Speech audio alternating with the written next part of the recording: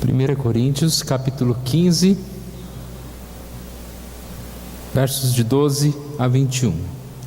Ora, se é corrente pregar-se que Cristo ressuscitou dentre os mortos, como, pois, afirmam alguns dentre vós que não há ressurreição de mortos? Se não há ressurreição de mortos, então Cristo não ressuscitou.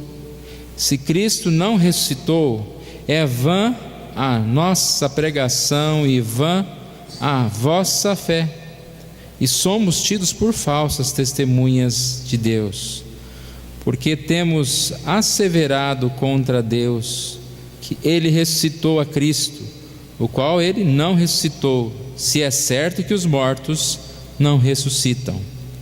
Porque se os mortos não ressuscitam, também Cristo não ressuscitou. E se Cristo não ressuscitou, é vã a vossa fé, e ainda permaneceis nos vossos pecados. E ainda mais, os que dormiram em Cristo pereceram. Se a nossa esperança em Cristo se limita apenas a esta vida, somos os mais infelizes de todos os homens. Mas, de fato, Cristo ressuscitou dentre os mortos, sendo Ele as primícias dos que dormem. Visto que a morte veio por um homem, também por um homem veio a ressurreição dos mortos.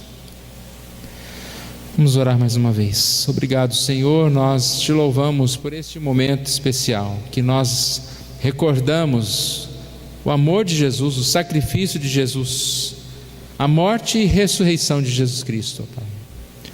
Que esta lembrança, que esta doutrina seja para nós sempre um consolo, que traga sempre paz aos nossos corações em tudo que fizermos. Isso que nós te pedimos, oramos em nome de Jesus. Amém. Estamos falando sobre a ressurreição.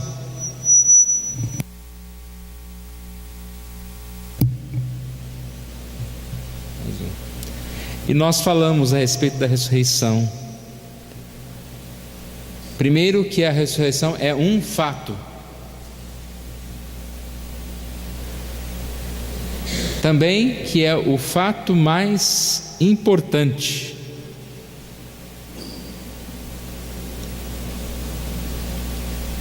Fato que deve ser celebrado com santidade.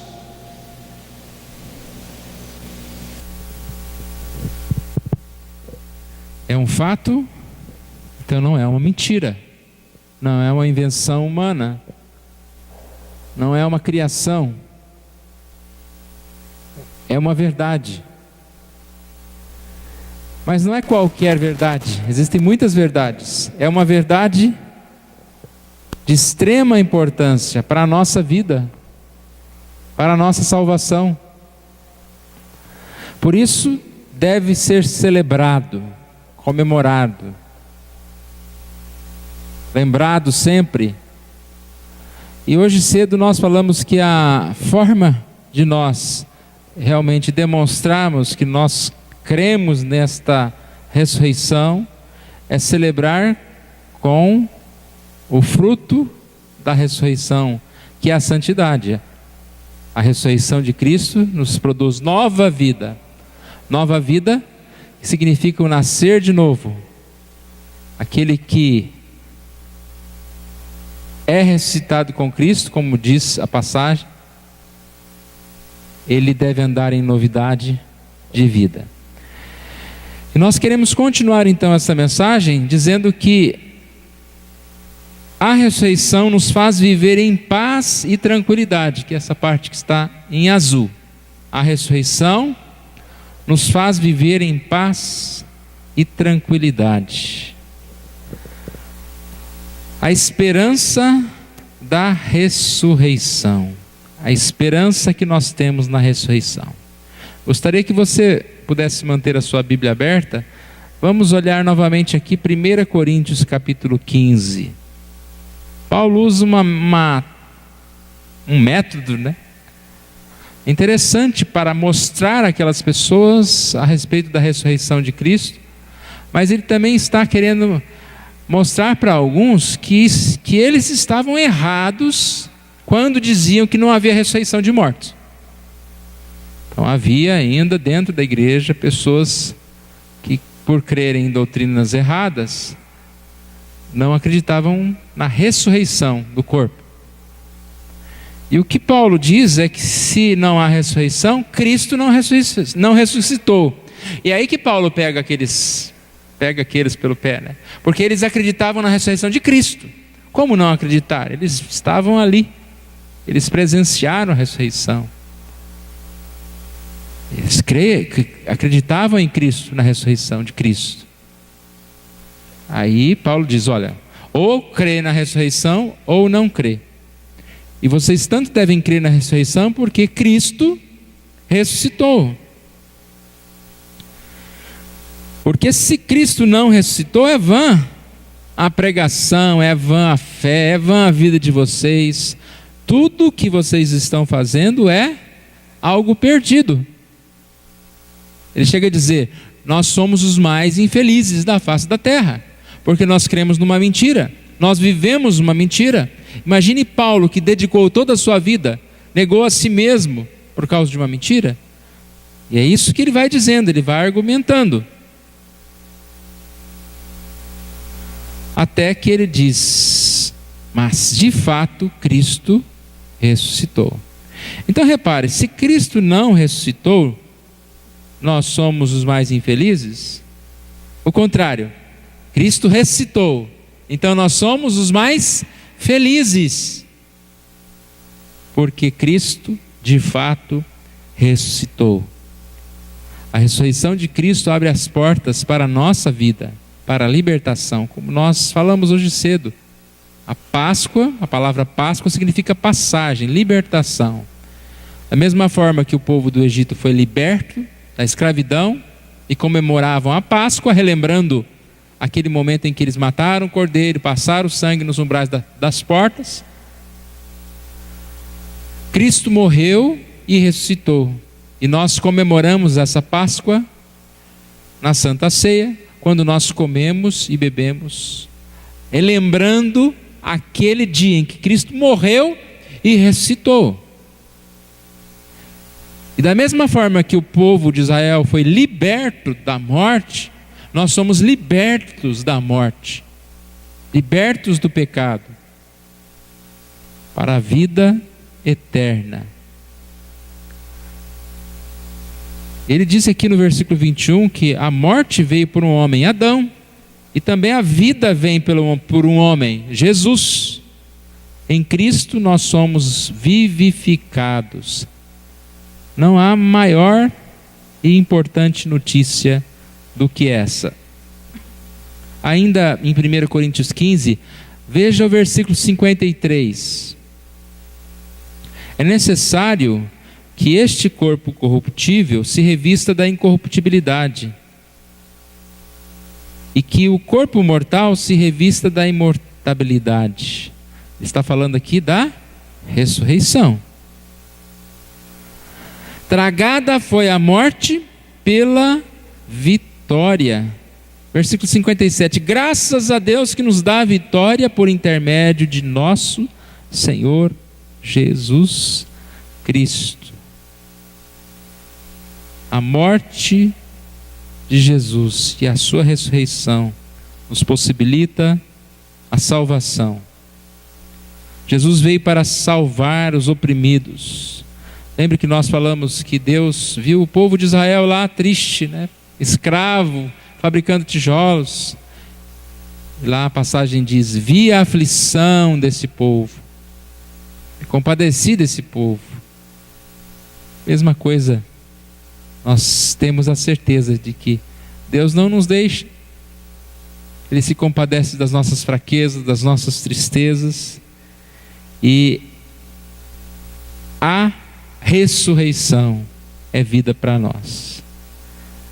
Tragada foi a morte pela vitória. Nós vivemos num mundo de muita falta de esperança, muita preocupação, muita tristeza. E é triste isso quando se diz a respeito de cristãos, de pessoas que conhecem a palavra, de que conhecem a verdade, porque falta de esperança é uma demonstração de falta de fé. Se nós aguardamos em Jesus, se nós cremos em Jesus, nós temos tudo que nós precisamos. Porque nós temos não só uma esperança que vai se concretizar lá no final, né?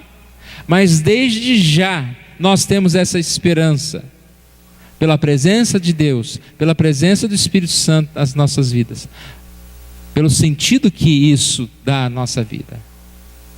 Conhecer o Evangelho é ter sentido na vida.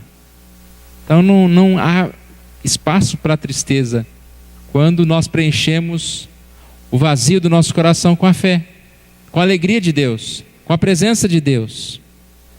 Uma passagem muito conhecida de Lucas 24, de 13 a 35, os discípulos a caminho de Emaús. Não vou ler, não vou falar detalhadamente, mas todos conhecem, eu creio. Aqueles estavam tristes, chocados pela dor, pela traição, pela morte de Jesus. E Jesus, ressurreto, se põe a andar com eles. Imagina a situação, eles lamentando a vida, os problemas, as dores, a morte de Jesus. E Jesus caminhando com eles. Parte da conversa daqueles dois está em Lucas 24, 21. Ora, nós esperávamos que fosse Ele quem haveria de redimir a Israel. Mas depois de tudo isso, e já o terceiro dia desde que tais coisas sucederam. É o terceiro dia, não aconteceu nada. Nós esperávamos, que demonstra a desesperança. Eu esperava, não espero mais. A esperança que teve uma data de validade, né? Já é o terceiro dia, agora eu não espero mais. É isso que nós encontramos muitas vezes. Pessoas que perdem a capacidade de esperar, de sonhar, de se alegrar. Eu não estou falando o sentimento natural, né? De nós como ser humano, de repente a gente está feliz, de repente a gente está triste. Eu estou falando de gente que para na tristeza, para na desesperança e já não tem graça, já não acha mais graça na vida, nas coisas. Aqueles estavam junto de Jesus, a desesperança cega, eles não enxergavam Jesus. Jesus está conosco, como estava com aqueles homens. Nós precisamos enxergar essa presença de Jesus. Paulo diz aos Efésios, capítulo 1, versos 18 a 21, eu oro para que os olhos do coração de vocês sejam iluminados, a fim de que vocês conheçam a esperança para a qual ele os chamou. E Efésios capítulo 1, é uma passagem muito bela, onde Paulo bendiz a Deus pela alegria de que antes da fundação do mundo Ele nos escolheu para sermos santos, para sermos dele.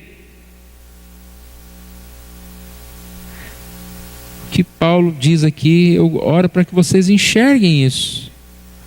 O fato está consumado. É uma verdade, Jesus ressuscitou. E isso aconteceu porque antes da fundação do mundo, Deus nos escolheu.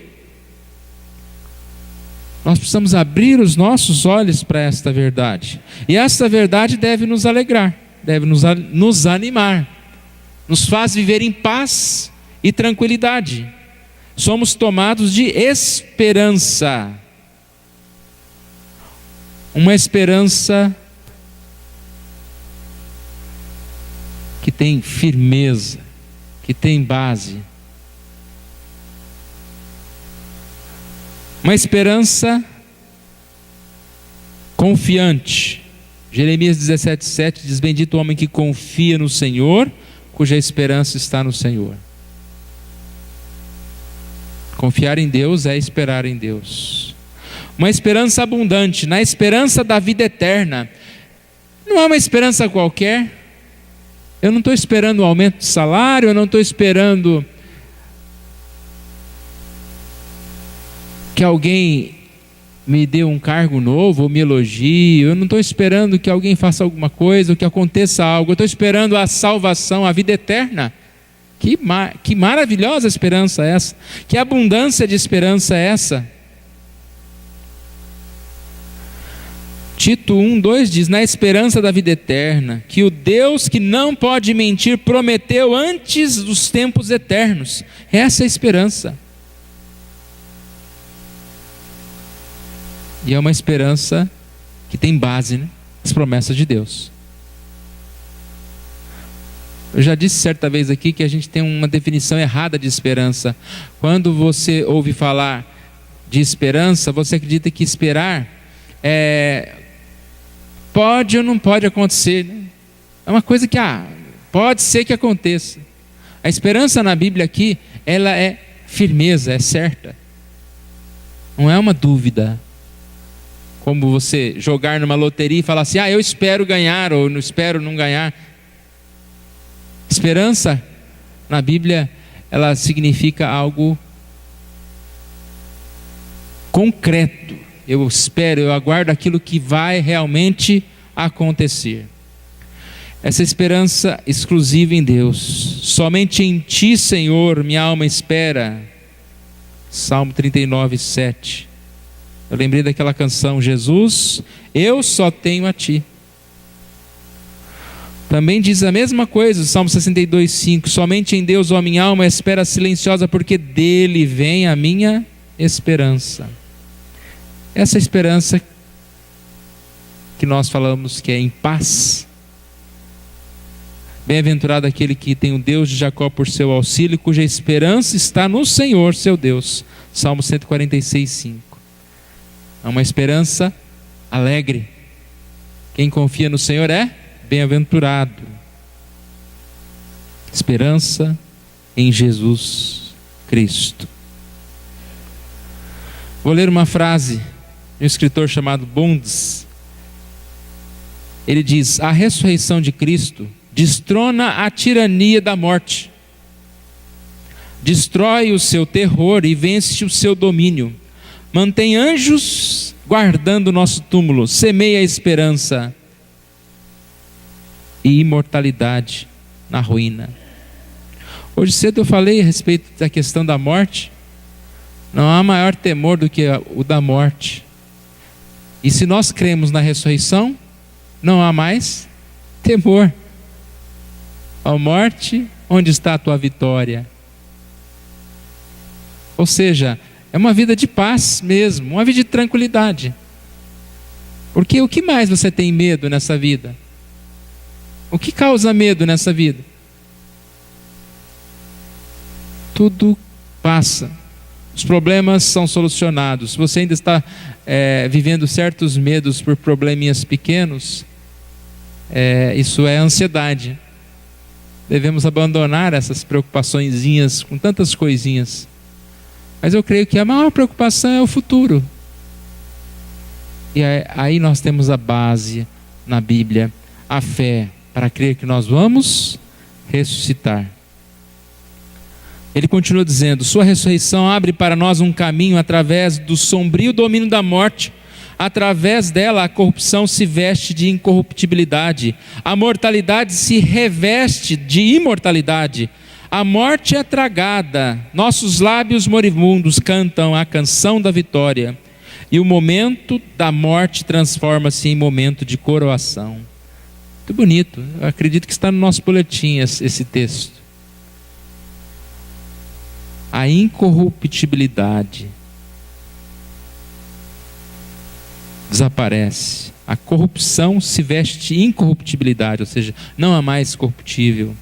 A morte se reveste de imortalidade.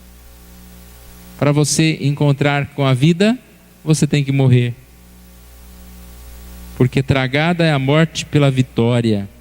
Aqui diz que a morte é um momento de coroação.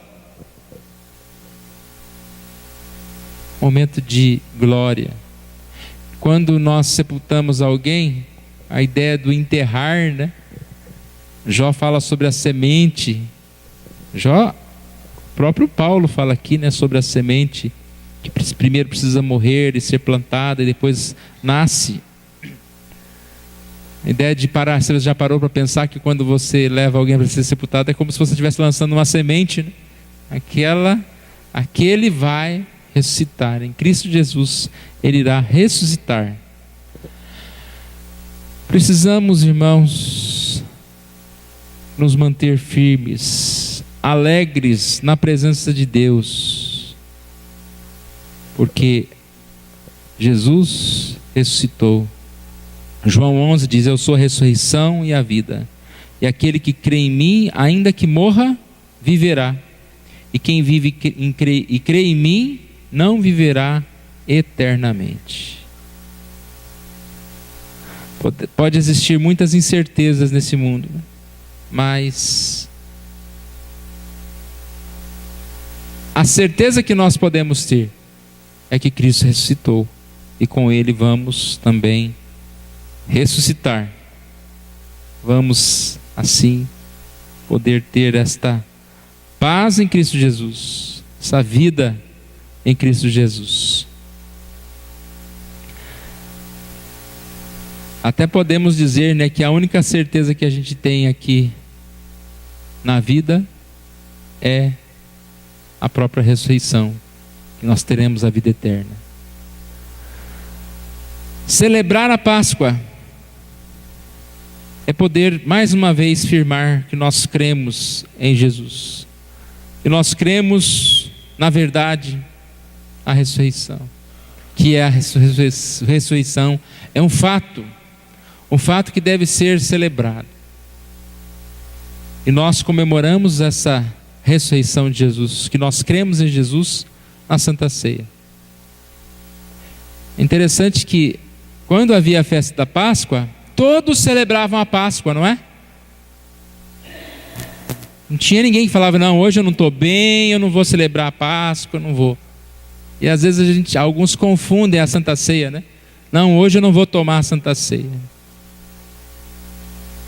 Tomar a Santa Ceia, como eu vi num programa essa semana de rádio, não é algo que eu faço como opcional. Tomar a Santa Ceia é uma obrigação.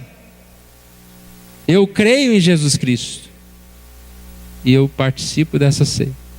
Eu só não vou tomar a Santa Ceia se eu não creio na ressurreição de Jesus Cristo, ou se eu não sou membro da igreja, né? Há uma certa confusão em relação ao que Paulo fala em 1 Coríntios, quando ele está ali orientando uma igreja que fazia uma festa, e ali todos comiam e bebiam e se embriagavam, e na hora da ceia ninguém estava sabendo o que estava fazendo. E ele diz: quem toma sem discernir o corpo será réu desse. Então ele está dizendo que você deveria examinar-se e comer. Examinar o quê? Discernir o quê? Exatamente, estar atento àquilo que você está fazendo ao tomar a ceia. Então eu tenho que examinar no sentido de que eu vou tomar a Santa Ceia prestando atenção. Ninguém pode tomar a Santa Ceia conversando com o vizinho ou pensando em outra coisa. Eu tomo a Santa Ceia pensando na morte e ressurreição de Jesus. Examine-se e coma. E lá não diz examine-se e se não tiver certo, não coma, né? Então a gente precisa lembrar disso. Eu creio em Cristo Jesus, eu devo participar da ceia. Sobre os pecados, sobre as falhas, todos nós temos pecados e falhas, e nós confessamos os nossos pecados, mas isso não é o empecilho, né? No sentido de que hoje eu não estou muito bem, eu não vou tomar a Santa Ceia. Confesse seu pecado diante de Deus e participe da ceia do Senhor. Outro momento eu vou falar mais sobre isso. A Páscoa é para nós a lembrança de um fato que não pode ser esquecido. Cristo ressuscitou. E o que representa isso para mim? Representa que eu também estou morto com Cristo, eu devo andar em santidade. E que isso representa para mim que Cristo me dá paz ao meu coração, para que eu possa viver em tranquilidade, certo de que também um dia ressuscitarei com Cristo Jesus. Vamos curvar as nossas cabeças, vamos orar. Pai querido, nós te louvamos por esse momento.